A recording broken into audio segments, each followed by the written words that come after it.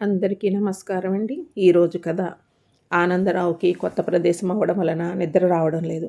రాత్రంతా మంచం మీద అటు నుంచి ఇటువైపు, ఇటు నుంచి అటువైపు బురదలో పొర్లుతున్న పందికి మళ్ళీ ఒత్తిగిలుతూనే కాలక్షేపం చేశాడు.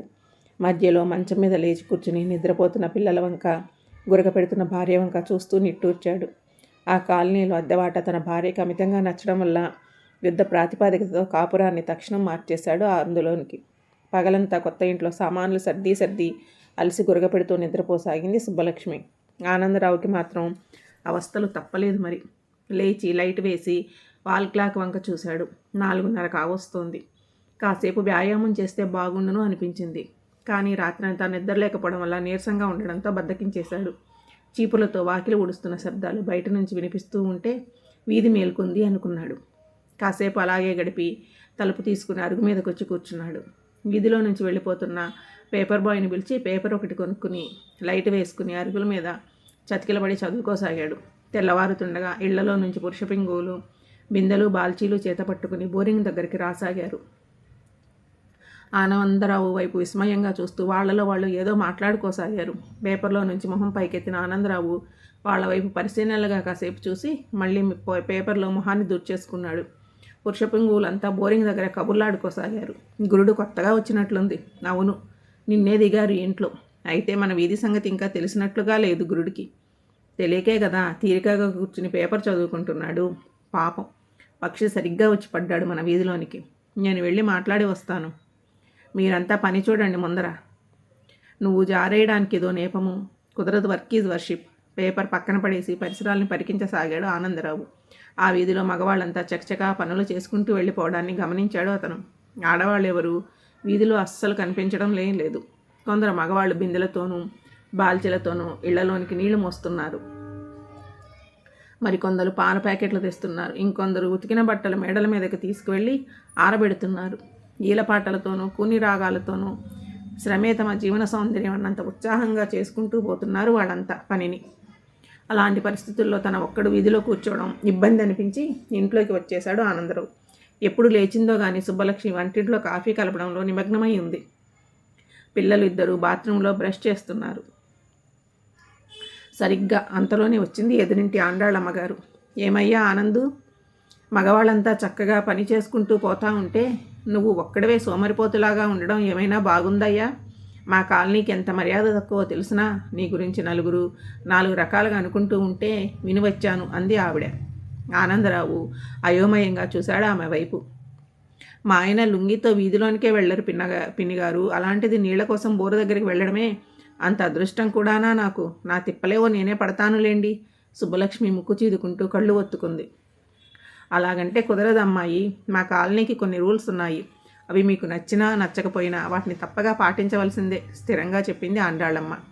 ఆనందరావుకి విషయం కొంచెం అర్థమయ్యి అవనట్టుగా అవసాగింది. తను ఈ కాలనీకి వచ్చి తప్పు చేశాడా అని వచ్చి 24 గంటలు అవ్వకముందే తనని తాను ప్రశ్నించుకున్నాడు. ఏది ఏమైనప్పటికీ ఈ కాలనీ గురించి తెలుసుకోవాల్సిన ఆవశ్యకత ఎంతైనా ఉంది అని గట్టిగా మనసులో తీర్మానించుకున్నాడు.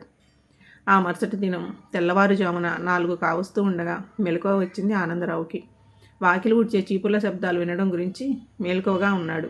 అంతలో ఆ చప్పులు ప్రతిరోజులాగా నిర్ణీత సమయానికి వినిపించసాగాయి.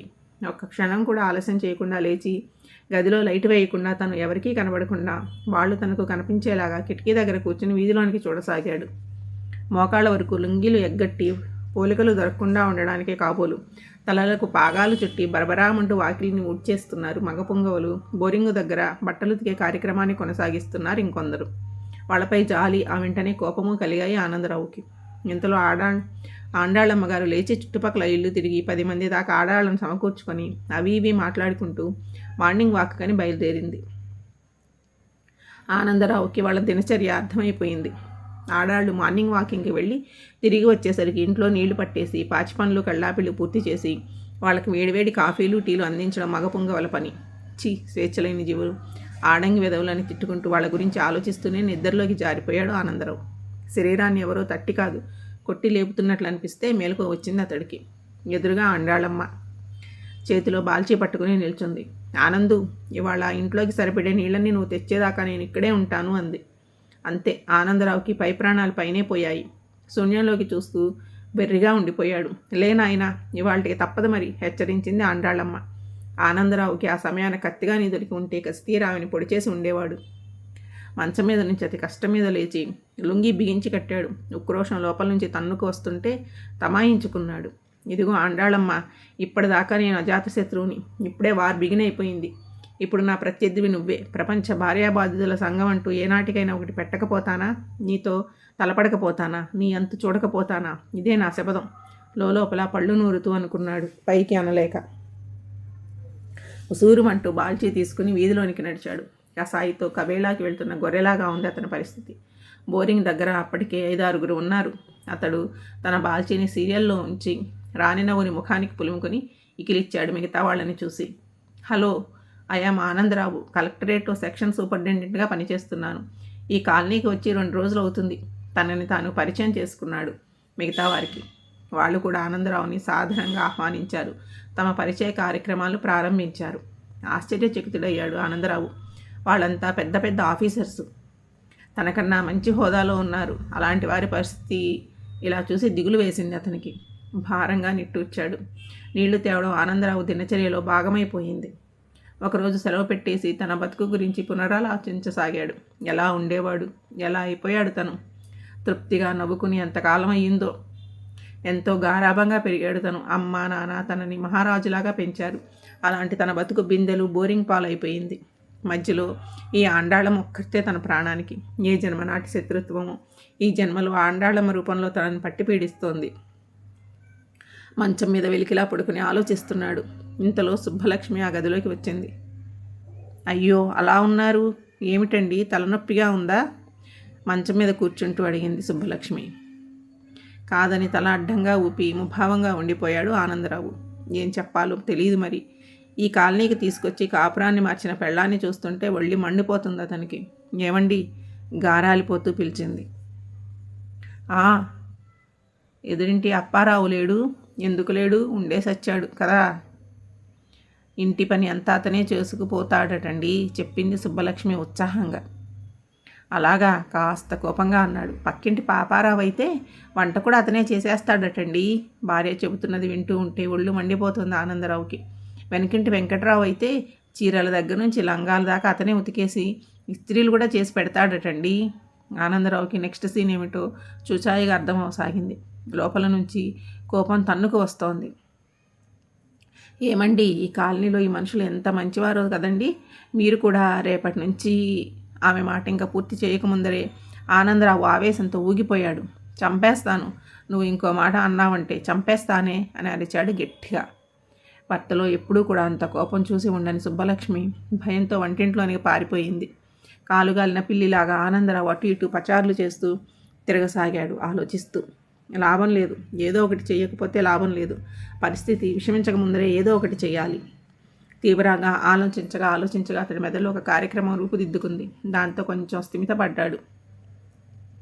మరునాడు ఉదయాన్నే బోరింగ్ దగ్గర, ఫ్రెండ్స్, నేను మీ కాలనీకి కొత్తగా వచ్చిన సందర్భంగా మీ అందరికీ పార్టీ ఇవ్వబోతున్నాను.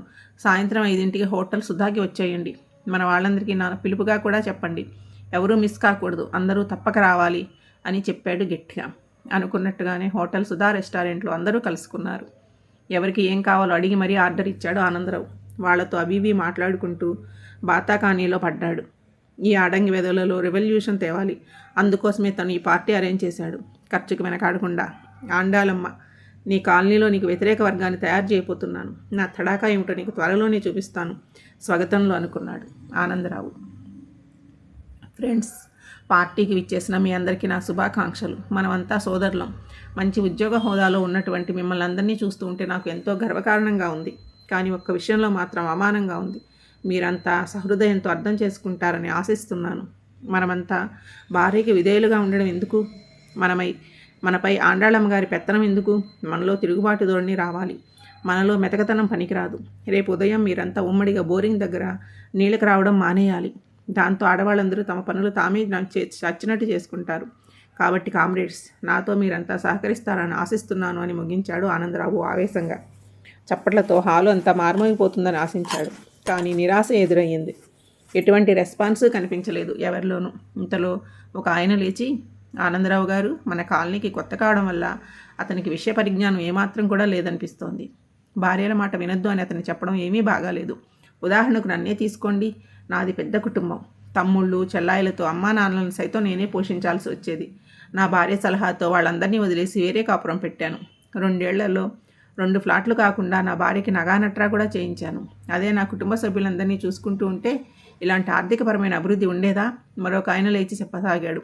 నేను ఉద్యోగం చేసి సంపాదిస్తూ ఉంటే నా భార్య వడ్డీ వ్యాపారం చేసి సంపాదిస్తుంది. మన భార్యలు మన మేలు కోరేవారే కదా. వాళ్ళ మాట విని మనం బాగుపడుతున్నాం, కానీ చెడిపోవడం లేదు కదా. మరి ఆనందరావు గారు విప్లవం వర్ధిల్లాలి అని ఎందుకు అంటున్నారో నాకైతే అర్థం కావడం లేదు, ముగించాడు అతను. ఆనందరావుకి విషయం అర్థం అవసాగింది. తను పార్టీ కోసం ఖర్చు పెట్టిన 10,000 రూపాయలు నిష్ప్రయోజనం అయ్యాయని అతనికి స్పష్టంగా తెలిసిపోయింది. ఈ బడుద్దాయిల నరనరాల్లోనూ పెళ్ళాం పట్ల విధేయత జీర్ణించుకుపోయింది. ఈ విధవల్ని మార్చడం తన వల్ల కాదు. ఇక క్షణం కూడా ఆలస్యం చేయకుండా వెంటనే పార్టీని ముగించేసి ఇంటికి వచ్చేశాడు. ఇంటికైతే వచ్చాడు కానీ ఆండాళ్ళమ్మ గురించి భయపడుతూనే ఉన్నాడు మనసులో. ఈ సంగతి ఆమెకి తెలిసింది అంటే ఇంకేమైనా ఉందా? భూకంపం వచ్చేయదు అనుకుంటూ ఇంట్లో అడుగుపెట్టాడు, కొంచెం భయంగానే. ఏదైతే జరగకూడదని అనుకున్నాడో అదే జరిగింది. ఒసేయ్ సుబ్బు, నీ మొగుడు ఏం ఘనకార్యం చేశాడో తెలిసిందా అంటూ వీధిలో నుంచి ఆండాళ్ళమ్మ కోపంగా అరుస్తూ లోపలికి వస్తూ ఉంటే క్షణం కూడా ఆలస్యం చేయకుండా దొడ్డిదారి వెంబడి పెరట్లోకి వచ్చేసి గోడ దూకి మరీ బయటకు పరుగు తీశాడు ఆనందరావు. రోడ్డు మీద కాసేపు అటు ఇటు పచారులు చేసి ఏం చేయాలో పాలుపోక దగ్గరలోనే ఉన్న ఆలయం వైపు అడుగులు వేశాడు. ఆనందరావు అక్కడికి చేరేసరికి వేదిక మీద కాషాయ వస్త్రధారి భక్తి మార్గం గురించి ఉపన్యసిస్తున్నాడు. కూర్చుని శ్రద్ధగా వింటున్న భక్త బృందం వెనక ఆనందరావు కూడా చతికిలబడి అతడి ప్రవచనాలను వినసాగాడు. కనుక మన జీవితం చాలా స్వల్పమైనది. మానవ జీవితమే దుర్భరప్రాయం కాబట్టి ఈ స్వల్పకాల జీవితాన్ని మనం సార్థకత చేసుకోవాలి అంటే భక్తి మార్గాన్ని అనుసరించాలి. అతని ప్రసంగం వినగానే ఆనందరావుకి కోపం ముంచుకొచ్చింది. ఒరే సన్యాసి, మానవ జీవితం స్వల్పమైనదా? పెళ్లి చేసుకుని చూడు. ఎంత సుదీర్ఘమైనదో, ఎంత బాధాకరమైనదో, ఎంత బరువైనదో నీకే తెలుస్తుంది అని లేచి నిల్చుని అరిచాడు గట్టిగా. దాంతో కాషాయ వస్త్రధారి నివ్వెరపోయాడు. వాలంటీర్స్ వచ్చి ఆనందరావు మీద చెయ్యి చేసుకున్నంత పని చేశారు. పాపం వదిలేయండి, మతిభ్రమించిన పిచ్చివాడిలాగా ఉన్నాడు అంటున్నారు ఎవరో. ఆ ప్రాంగణం నుంచి ఆనందరావుని బరబరామని ఈడ్చుకుంటూ పోయి బయటకు గెంటేశారు. ఆనందరావుకి ఆనందమే కరువైపోయింది. తిరిగి తిరిగి వేది సద్దుమణియాక తప్పనిసరి పరిస్థితుల్లో ఇల్లు చేరాడు. మనసంతా చికాకుగా ఉంది. రేడియో ఆన్ చేసి ఏ వల్లకాటి సంగీతమో కాస్త ఆలకించి రిలాక్స్ అవుదామని ఆన్ చేశాడు. అందులో నుంచి సినిమా పాటలు వస్తున్నాయి. పెళ్ళాం చెప్తే వినాలి, ఇల్లు వాకిలి తుడవాలి, ఏదో సినిమాలో పాట వస్తుంది. అది తనని విక్రిస్తున్నట్లు అనిపించడంతో రేడియోని నేలకేసి కొట్టాలన్నంత కోపం ఆనందరావుకి వచ్చింది. ఆ ప్రయత్నాన్ని బలవంతం మీద ఆపుకున్నాడు. టీవీ దగ్గరికి వెళ్ళి తనకిష్టమైన ఛానల్ పెట్టుకుని చూడసాగాడు. అందులో వార్తలు వస్తున్నాయి. ఈరోజు వార్తల్లో ముఖ్యాంశాలు: అర్ధాంగితో ప్రధాని మంత్రి విహారయాత్ర, ముఖ్యమంత్రి భార్య తెరవెనుక రాజకీయాలు, ప్రతిపక్షాలు వాకౌట్, మహిళలకు మరెన్నో రిజర్వేషన్ సదుపాయాలు తదితర అంశాలు. ఇక వినలేకపోయాడు ఆనందరావు. పిచ్చెక్కినట్టు జుట్టు పీక్కున్నాడు. ఎటు నుంచి ఎటువైపు చూసినా సమస్యను సామరస్యంగా పరిష్కరించుకోవాలి అనుకున్నాడు. మర్నాడు ఉదయమే ఆండాళమ్మ పాదాలపై పడి క్షమించమని వేడుకున్నాడు. ఆమె క్షమాభిక్ష ప్రసాదించేసరికి ఉరిశిక్ష రద్దు అయిన ఖైదీలాగా ఆనందంతో ఉబ్బి తబ్బిబ్బయ్యాడు. ఆఖరిసారిగా ఒకే ఒక ప్రయత్నం చేశాడు. ఆ కాలనీ నుండి ఇల్లు ఖాళీ చేసేయాలి అని నిశ్చయించుకుని ఆఫీస్కి కాస్త దూరమైనా సరే ఇరుగు పొరుగు లేని ఒంటరిలో ఒక దానిని చూసి అద్దె మాట్లాడుకుని అడ్వాన్స్ ఇచ్చి కుదుర్చుకున్నాడు. ఆండాళ్ళమ్మకి ఆ కాలనీకి కొబ్బరికాయ కొట్టేసి శుభతరుణం వచ్చింది. ఈ విషయం భార్యకి రహస్యంగా చెబుదామని ఇంటికి సంతోషంగా వచ్చాడు. భర్త ఇంట్లోకి కాలు పెట్టక ముందరే, ఏమండి మీకు శుభవార్త, మన హౌస్ ఓనర్ గారు ఇవాళ వచ్చారండి. ఆండాళమ్మ గారు దగ్గర ఉండి 10 నెలల అద్దె అడ్వాన్స్గా నా చేత ఆయనకు ఇప్పించేసి 5 ఏళ్ల వరకు ఇల్లు ఖాళీ చేసే ప్రసక్తే లేదని ఖచ్చితంగా చెప్పేశారండి. ఆయన ఎంత మంచివారు. సరే అన్నారు. పోన్లేండి, అద్దె కొంపల బాధ మనకు లేనట్లే. ఈ కాలనీ వాళ్ళు ఆండాళమ్మ గారు ఎంత మంచివాళ్ళో కదండి చెప్తూనే ఉంది సుబ్బలక్ష్మి. కళ్ళు బయర్లు కమ్మడంతో దబ్బుమని పడిపోయాడు ఆనందం. ఆనందరావులో ఇప్పుడు చాలా మార్పు వచ్చేసింది. 2 నీళ్ల బాల్చీలను అవలీలగా మోసేయగలడు. బండెడు బట్టలను అరగంటలో ఉతికేసేయగలడు. గదిలో గచ్చులన్నింటినీ 10 నిమిషాల్లో తుడిచేయగలడు. అన్నింటికన్నా ముఖ్యంగా సుబ్బలక్ష్మి పట్ల సదా విధేయుడై సేవలు చేస్తూ ఆండాళమ్మ గారి ఆశీస్సులు నిరంతరం అందుకుంటూనే ఉన్నాడు. ఇది 1999 ఆంధ్రభూమి మాసపత్రికలో ప్రచురితమైన కథ.